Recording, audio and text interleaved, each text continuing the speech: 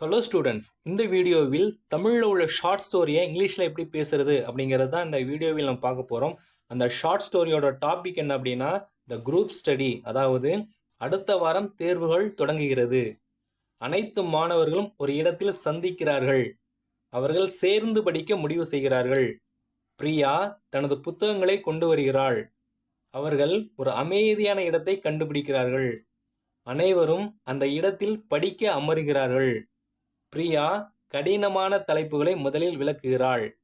ரவி புரிந்து கொள்வதற்காக கேள்விகள் கேட்கிறான். அவர்கள் ஒருவருக்கொருவர் உதவி கொள்கிறார்கள். அவர்கள் அடிக்கடி சிறிய இடைவேளை எடுத்துக்கொள்கிறார்கள். அவர்கள் தின்பண்டங்களை பகிர்ந்து கொள்கிறார்கள். அவர்கள் கிளம்பும் முன் அனைத்தையும் ரிவைஸ் செய்கிறார்கள்.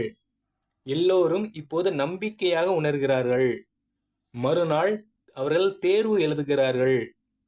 தேர்வு முடிந்ததும் அவர்கள் ஒன்றாக கொண்டாடுகிறார்கள்.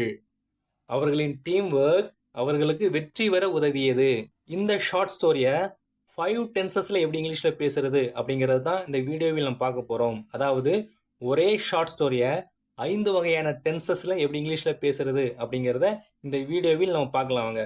ஃபர்ஸ்ட் சிம்பிள் ப்ரெசன்டென்ஸில் இந்த ஷார்ட் ஸ்டோரியை எப்படி இங்கிலீஷில் பேசுறது அப்படிங்கிறத பார்க்கலாம். ஃபர்ஸ்ட் சென்டென்ஸ் என்ன? அடுத்த வாரம் தேர்வுகள் தொடங்குகிறது. ஃபர்ஸ்ட் தேர்வுகள் தொடங்குகிறது. இது எப்படி சொல்றது? சிம்பிள் ப்ரெசன்ட் இங்கிலீஷ்ல எக்ஸாம்ஸ் ஸ்டார்ட். Exams start. தேர்வுகள் தொடங்குகிறது. எப்பொழுது? அடுத்த வாரம். அப்போ நெக்ஸ்ட் வீக். அதாவது இங்கிலீஷ்ல ஒரு முக்கியமான ரூல் உண்டு, நல்லா கவனிக்கணும். அதாவது எதிர்காலத்தில் ஒரு செயல் கண்டிப்பாக நடக்கும் அப்படிங்கிறத சொல்லும் பொழுது நம்ம சிம்பிள் ப்ரெசன்ட் தான் பயன்படுத்தணும். சரிங்களா? இதை பற்றி இந்த வீடியோவோட கடைசியில் தெளிவாக விளக்கியிருக்கிறேன். Okay. First exams start next week. அடுத்த வாரம் தேர்வுகள் தொடங்குகிறது. ஓகே. நெக்ஸ்ட் சென்டென்ஸ் என்ன? அனைத்து மாணவர்களும் ஒரு இடத்தில் சந்திக்கிறார்கள். ஃபர்ஸ்ட் அனைத்து மாணவர்களும் சந்திக்கிறார்கள். இது எப்படி சொல்றது? All students meet. All students meet. அனைத்து மாணவர்களும் சந்திக்கிறார்கள். எங்கே? ஒரு இடத்தில். அப்போ at one place. At one place அப்படின்னா ஒரு இடத்தில். All students meet at one place. அனைத்து மாணவர்களும் ஒரு இடத்தில் சந்திக்கிறார்கள். ஓகே. நெக்ஸ்ட் சென்டென்ஸ் பாருங்க. அவர்கள் சேர்ந்து படிக்க முடிவு செய்கிறார்கள். ஃபர்ஸ்ட் அவர்கள் முடிவு செய்கிறார்கள். இது எப்படி சொல்றது? தே டிசைட். அவர்கள் முடிவு செய்கிறார்கள். என்ன செய்ய? படிக்க. அப்போ டு ஸ்டடி. ஸ்டடி அப்படின்னா படி அப்படின்னு அர்த்தம். டு ஸ்டடி அப்படின்னா படிக்க அப்படின்னு அர்த்தம். சரிங்களா? அப்போ they decide to study. அவர்கள் படிக்க முடிவு செய்கிறார்கள். எப்படி? சேர்ந்து. சேர்ந்துனா அனைவரும் ஒன்றாக சேர்ந்து அப்படிங்கிற மீனிங். அதை எப்படி சொல்றது இங்கிலீஷ்ல? டுகெதர் அப்படின்னு சொல்லணும். டுகெதர் அப்படின்னா அனைவரும் ஒன்றாக சேர்ந்து அப்படிங்கிற மீனிங். அப்போ they decide to study together. அவர்கள் அனைவரும் ஒன்றாக சேர்ந்து படிக்க முடிவு செய்கிறார்கள். ஓகே. நெக்ஸ்ட் சென்டென்ஸ் பாருங்க. பிரியா தனது புத்தகங்களை கொண்டு வருகிறாள். ஃபர்ஸ்ட் பிரியா கொண்டு வருகிறாள். இது எப்படி சொல்றது? சிம்பிள் ப்ரெசன்டென்ஸ்ல பிரியா பிரிங்ஸ் அப்படின்னு சொல்லணும்.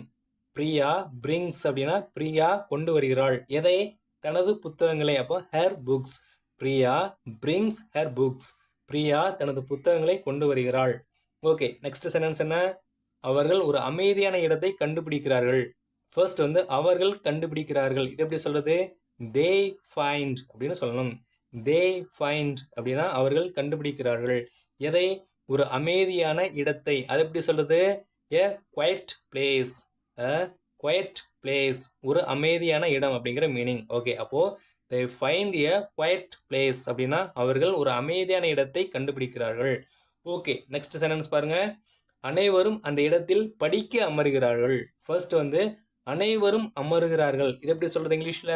எவ்ரி ஒன் சிட்ஸ் அப்படின்னு சொல்லணும்.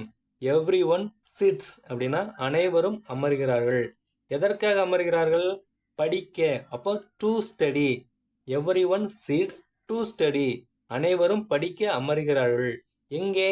அந்த இடத்தில். அப்போ at third place. At third place அப்படின்னா அந்த இடத்தில். அப்போ every one chits to study at third place. அனைவரும் அந்த இடத்தில் படிக்க அமர்கிறார்கள். ஓகே. நெக்ஸ்ட் சென்டென்ஸ் பாருங்க. பிரியா கடினமான தலைப்புகளை முதலில் விளக்குகிறாள். ஃபர்ஸ்ட் வந்து பிரியா விளக்குகிறாள். இதை எப்படி சொல்றது? சிம்பிள் ப்ரெசன்ட் டென்ஸ்ல பிரியா எக்ஸ்பிளைன்ஸ் அப்படின்னு சொல்லணும். பிரியா எக்ஸ்பிளைன்ஸ் அப்படின்னா பிரியா விளக்குகிறாள். எதை? கடினமான தலைப்புகளை. அப்போ டிஃபிகல்ட் டாபிக்ஸ். டிஃபிகல்ட் டாபிக்ஸ் அப்படின்னா கடினமான தலைப்புகள். அப்போ Priya explains difficult topics. Priya கடினமான தலைப்புகளை விளக்குகிறாள்.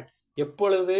முதலில். அப்போ அட் ஃபர்ஸ்ட். அப்போ Priya explains difficult topics at first. Priya கடினமான தலைப்புகளை முதலில் விளக்குகிறாள்.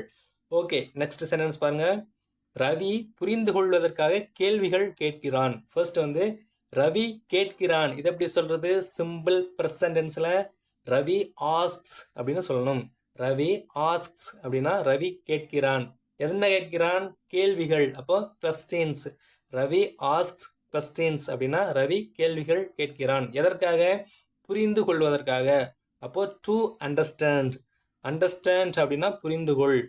டு அண்டர்ஸ்டாண்ட் அப்படின்னா புரிந்து கொள்ள அப்படிங்கிற மீனிங். அப்போ Ravi asks questions to understand. Ravi புரிந்து கொள்வதற்காக கேள்விகள் கேட்கிறான். ஓகே, நெக்ஸ்ட் வந்து அவர்கள் ஒருவருக்கொருவர் உதவி கொள்கிறார்கள். ஃபர்ஸ்ட் வந்து அவர்கள் உதவி கொள்கிறார்கள். இது எப்படி சொல்றது?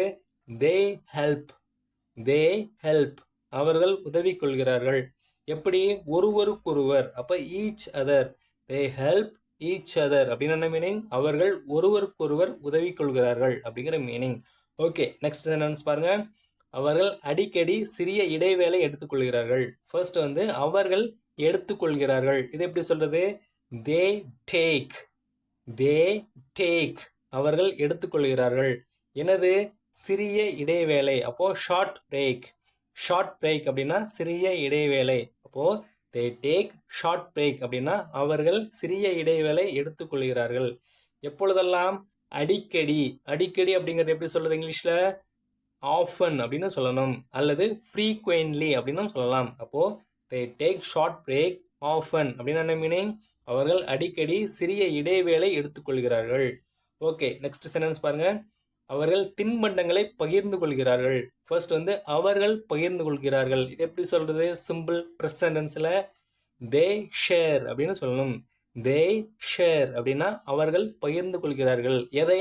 தின்பண்டங்களை. அப்போ ஸ்நாக்ஸ். They share snacks. அவர்கள் தின்பண்டங்களை பகிர்ந்து கொள்கிறார்கள். ஓகே, நெக்ஸ்ட் சென்டென்ஸ் பாருங்க. அவர்கள் கிளம்பும் முன் அனைத்தையும் ரிவைஸ் செய்கிறார்கள். ரிவைஸ் அர்த்தம் திரும்ப படிக்கிறது. சரிங்களா? அப்போ அவர்கள் ரிவைஸ் செய்கிறார்கள். அது எப்படி சொல்றது இங்கிலீஷ்ல?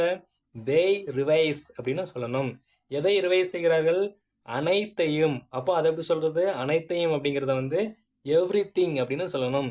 எவ்ரிதிங் அப்படின்னா அனைத்தையும் அப்படிங்கிற மீனிங். அப்போ தே ரிவைஸ் எவ்ரிதிங் அப்படின்னா அவர்கள் அனைத்தையும் திரும்ப படிக்கிறார்கள் அப்படிங்கிற மீனிங்.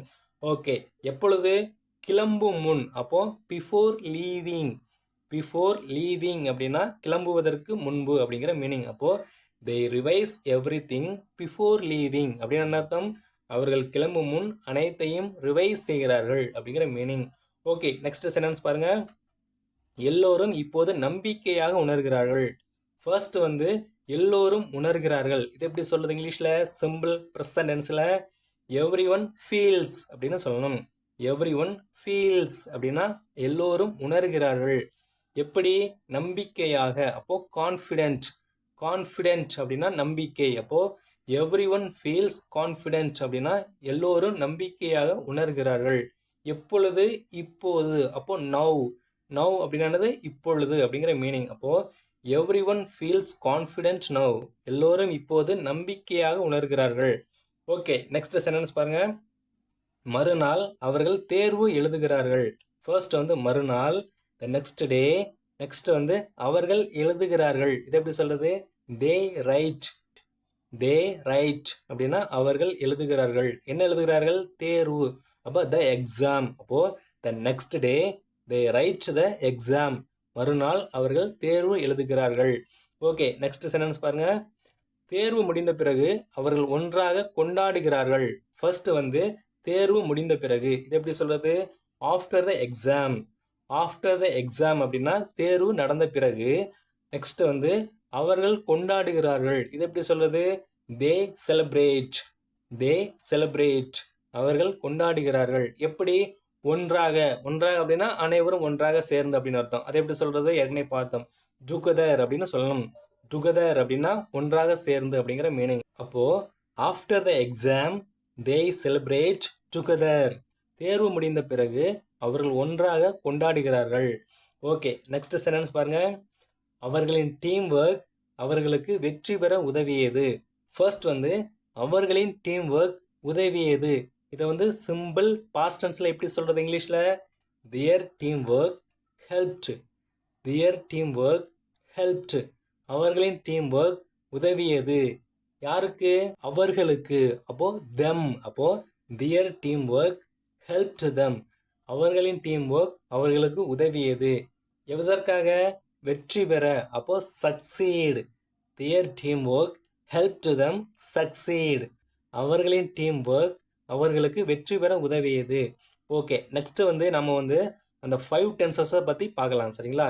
இப்போ இந்த ஷார்ட் ஸ்டோரியில் ஒரு சென்டென்ஸ் பார்த்தோம். என்ன பார்த்தோம்? அதாவது நாளை அவர்கள் தேர்வு எழுதுகிறார்கள் அப்படின்னு சிம்பிள் ப்ரெசன்ட் டென்ஸில் எப்படி பார்த்தோம்?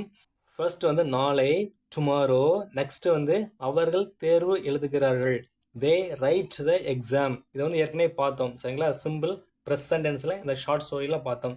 ஆனால் வந்து ஒரு டவுட் வரும் உங்களுக்கு, நல்லா கவனிங்க. டுமாரோ அப்படின்னு இருக்கு. சரிங்களா? டுமாரோன்னு அர்த்தம் ஃபியூச்சரை குறிக்கிறது. அப்போ வந்து அதை வந்து ஃபியூச்சர் டென்ஸ் தானே பயன்படுத்தணும். ஆனால் நம்ம இங்கே என்ன பயன்படுத்திக்கிறோம்? சிம்பிள் ப்ரெசன்ட் டென்ஸ் பயன்படுத்திக்கிறோம். சரிங்களா? இதை வந்து நல்லா கவனிக்கணும். இங்கிலீஷில் ஒரு முக்கியமான ரூல் உண்டு. அதாவது எதிர்காலத்தில் ஒரு செயல் வந்து கண்டிப்பாக நடக்கும் அப்படிங்கிறத நம்ம சொல்லும் பொழுது நம்ம வந்து இங்கே வந்து சிம்பிள் ப்ரெசன்ட் டென்ஸ் தான் பயன்படுத்தணும். சரிங்களா? இதே மாதிரி இன்னொரு எக்ஸாம்பிள் சொல்கிறேன் பாருங்க. இப்போ பிரதமர் நாளை சென்னை வருகிறார். எப்பொழுது வருகிறார்? நாளை. இங்கே வந்து நாளை அப்படின்னு இருக்கிறதுனால நம்ம வந்து சிம்பிள் ஃபியூச்சர் டென்ஸ் பயன்படுத்தக்கூடாது, சிம்பிள் ப்ரெசன்ட் டென்ஸ் தான் பயன்படுத்தணும். ஏன் அப்படின்னா இங்கிலீஷில் ஒரு முக்கியமான ரூல் உண்டு. அதாவது எதிர்காலத்தில் ஒரு செயல் வந்து கண்டிப்பாக நடக்கும் அப்படிங்கிறத சொல்லும் பொழுது நம்ம வந்து சிம்பிள் ப்ரெசன்ட் டென்ஸ் தான் பயன்படுத்தணும். சரிங்களா? ஓகே, இப்போ வந்து பிரதமர் நாளை சென்னை வருகிறார் அப்படிங்கிறது வந்து கண்டிப்பாக நடக்கக்கூடிய ஒரு செயல். அதனால் நம்ம வந்து எந்த டென்ஸ் பயன்படுத்தி சொல்லணும்? சிம்பிள் ப்ரெசன்ட் டென்ஸ் தான் பயன்படுத்தணும். ஓகே, இது எப்படி சொல்கிறது இங்கிலீஷில் அப்படிங்கிறத பார்க்கலாம் வாங்க. ஃபர்ஸ்ட் வந்து பிரதமர் வருகிறார் அப்படிங்கிறது எப்படி சொல்கிறது? த பிரைம் மினிஸ்டர் கம்ஸ் அப்படின்னு சொல்லணும். த prime minister comes, prime minister வருகிறார் அப்படின்னா என்ன மீனிங்? கண்டிப்பாக வருகிறார் அப்படிங்கிற மீனிங். சரிங்களா? எங்கே வருகிறார்? சென்னைக்கு. அப்போ to Chennai. The prime minister comes to Chennai, prime minister சென்னைக்கு வருகிறார். எப்பொழுது? நாளை. அப்போ tomorrow. The prime minister comes to Chennai tomorrow, பிரதமர் நாளை சென்னைக்கு கண்டிப்பாக வருகிறார் அப்படிங்கிற மீனிங். சரிங்களா? ஓகே, நெக்ஸ்ட் வந்து நேற்று அவர்கள் தேர்வு எழுதினார்கள். இதை வந்து சிம்பிள் பாஸ்ட் டென்ஸ்ல எப்படி இங்கிலீஷில் சொல்றது அப்படிங்கிறத பார்க்கலாம். ஃபர்ஸ்ட் வந்து நேற்று அப்படிங்கிறத எப்படி சொல்றது? எஸ்டர்டே அப்படின்னு சொல்லணும். எஸ்டர்டே அப்படின்னா நேற்று. நெக்ஸ்ட் வந்து அவர்கள் எழுதினார்கள் அப்படிங்கிறத சிம்பிள் பாஸ்ட் டென்ஸ்ல எப்படி சொல்றது? தே ரோட் அப்படின்னு சொல்லணும். தே ரோட் அப்படின்னா அவர்கள் எழுதினார்கள் அப்படிங்கிற பாஸ்ட் மீனிங்கை கொடுக்கும். என்ன எழுதினார்கள்? தேர்வு. அப்போ த எக்ஸாம். அப்போ yesterday they wrote the exam அப்படின்னா நேற்று அவர்கள் தேர்வு எழுதினார்கள். இது வந்து simple past tense. Okay, next நாளை அவர்கள் தேர்வு எழுதுவார்கள். இதை வந்து சிம்பிள் ஃபியூச்சர் டென்ஸில் எப்படி இங்கிலீஷில் சொல்கிறது அப்படிங்கிறத பார்க்கலாம் வாங்க. ஃபர்ஸ்ட் வந்து நாளை, டுமாரோ.